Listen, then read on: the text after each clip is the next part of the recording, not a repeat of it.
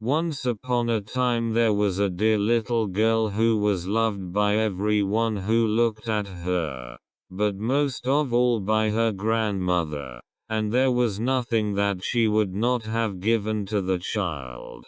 Once she gave her a little cap of red velvet, which suited her so well that she would never wear anything else. So she was always called Little Red Riding Hood. One day her mother said to her, "Come, Little Red Riding Hood, here is a piece of cake and a bottle of wine. Take them to your grandmother. She is ill and weak, and they will do her good. Set out before it gets hot, and when you are going, walk nicely and quietly and do not run off the path, or you may fall and break the bottle. And then your grandmother will get nothing. And when you go into her room, don't forget to say, 'Good morning,' and don't peep into every corner before you do it. I will take great care," said Little Red Riding Hood to her mother, and gave her hand on it. The grandmother lived out in the wood, half a league from the village. And just as Little Red Riding Hood entered the wood, a wolf met her. Little Red Riding Hood did not know what a wicked creature he was, and was not at all afraid of him. "Good day, Little Red Riding Hood," said he. "Thank you kindly, Wolf. Whither away so early, Little Red Riding Hood?" "To my grandmother's." "What have you got in your apron?" "Cake and wine. Yesterday was baking day, so poor sick grandmother is to have something good, to make her stronger." "Where does your grandmother live, Little Red Riding Hood?" "A good quarter of a league farther on in the wood. Her house stands under the 3 large oak trees. The nut trees are just below. You surely must know it," replied Little Red Riding Hood. The wolf thought to himself, "What a tender young creature! What a nice plump mouthful! She will be better to eat than the old woman. I must act craftily, so as to catch both." So he walked for a short time by the side of Little Red Riding Hood, and then he said, "See, Little Red Riding Hood, how pretty the flowers are about here. Why do you not look round? I believe, too, that you do not hear how sweetly the little birds are singing. You walk gravely along as if you were going to school, while everything else out here in the wood is merry." Little Red Riding Hood raised her eyes, and when she saw the sunbeams dancing here and there through the trees, and pretty flowers growing everywhere, she thought, "Suppose I take grandmother a fresh nosegay?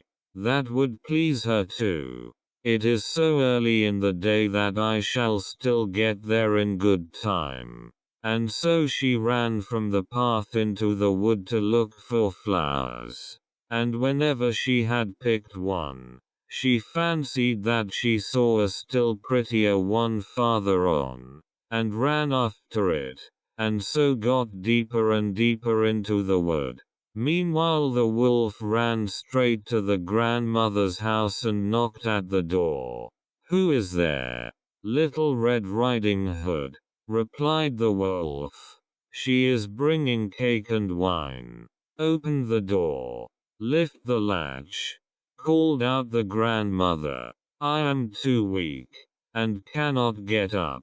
The wolf lifted the latch. The door sprang open, and without saying a word he went straight to the grandmother's bed, and devoured her. Then he put on her clothes, dressed himself in her cap, laid himself in bed and drew the curtains. Little Red Riding Hood, however, had been running about picking flowers, and when she had gathered so many that she could carry no more, She remembered her grandmother, and set out on the way to her. She was surprised to find the cottage door standing open, and when she went into the room, she had such a strange feeling that she said to herself, "Oh dear, how uneasy I feel today, and at other times I like being with grandmother so much." She called out, "Good morning," but received no answer. So she went to the bed and drew back the curtains. There lay her grandmother with her cap pulled far over her face, and looking very strange. "Oh, grandmother," she said, "what big ears you have. The better to hear you with, my child," was the reply. "But, grandmother, what big eyes you have," she said. "The better to see you with, my dear." "But, grandmother, what large hands you have. The better to hug you with." "Oh, but, grandmother, what a terrible big mouth you have. The better to eat you with." And scarcely had the wolf said this, than with one bound he was out of bed and swallowed up Little Red Riding Hood. When the wolf had appeased his appetite, he lay down again in the bed, fell asleep and began to snore very loud. The huntsman was just passing the house, and thought to himself, "How the old woman is snoring. I must just see if she wants anything." So he went into the room, and when he came to the bed, he saw that the wolf was lying in it. "Do I find you here, you old sinner?" said he. "I have long sought you." Then just as he was going to fire at him, it occurred to him that the wolf might have devoured the grandmother, and that she might still be saved. So he did not fire, but took a pair of scissors, and began to cut open the stomach of the sleeping wolf. When he had made 2 snips, he saw the Little Red Riding Hood shining, and then he made 2 snips more, and the little girl sprang out, crying, "Ah, how frightened I have been! How dark it was inside the wolf!" And after that the aged grandmother came out alive also, but scarcely able to breathe. Little Red Riding Hood, however, quickly fetched great stones with which they filled the wolf's belly, and when he awoke, he wanted to run away, but the stones were so heavy that he collapsed at once, and fell dead. Then all 3 were delighted. The huntsman drew off the wolf's skin and went home with it. The grandmother ate the cake and drank the wine which Little Red Riding Hood had brought, and revived.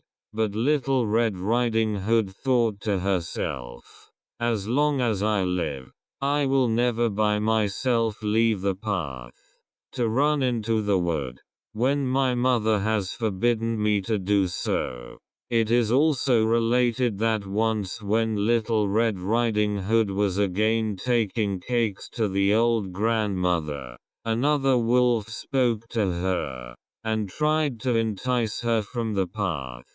Little Red Riding Hood, however, was on her guard, and went straight forward on her way, and told her grandmother that she had met the wolf, and that he had said good morning to her, but with such a wicked look in his eyes, that if they had not been on the public road she was certain he would have eaten her up.